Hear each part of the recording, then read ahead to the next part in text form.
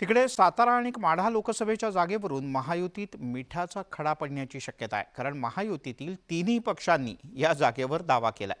त्यामुळे या दोन्ही जागांचं वाटप करताना महायुतीत नेत्यांची कसोटी लागणार आहे।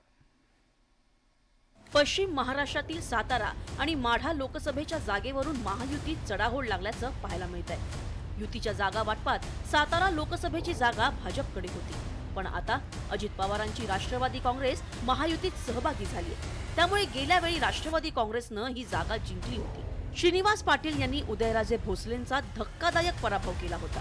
त्यामुळे अजित पवार गटाकडून सातारा लोकसभेच्या जागेवर दावा करण्यात आलाय। एकच शब्द देतो, हे संजय बाबांना मिळवायची जीवाची परिकष्टा मी करणार आहे, आणि नाहीच मिळालं तर ह्यालाही मिळवून देणार नाही।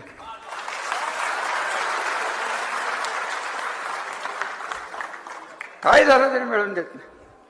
त्याला कुठं जायचंय तिथं जा, आणि गेलाच तर अजून 1 महिन्याने बोलेन काय करायचं।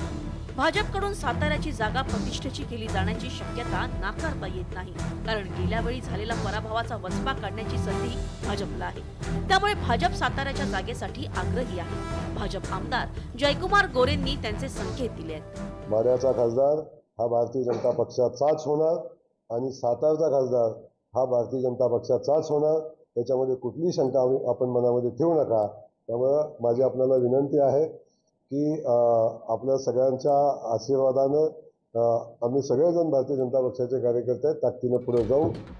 राष्ट्रवादी काँग्रेस आणि भाजपप्रमाणेच शिंदेंच्या नेतृत्वातील शिवसेनेनंही साताऱ्याच्या जागेवर दावा ठोकलाय। युतीच्या वाटपामध्ये मतदारसंघ शिवसेनेकडे आहे, त्यामुळे जरी कोणीही दावा करत असलं तरी देखील आम्ही देखील आमचा दावा आहे हा युतीच्या वाटपामध्ये शिवसेना हा सातारा जिल्हा हा सेनेकडे आहे। त्यामुळं हा एक माननीय मुख्यमंत्री एकनाथ शिंदे साहेबांचा हा जिल्हा आहे। त्यामुळे सर्व शिवसैनिक या ठिकाणी सर्व शिवसैनिकांची मागणी आहे।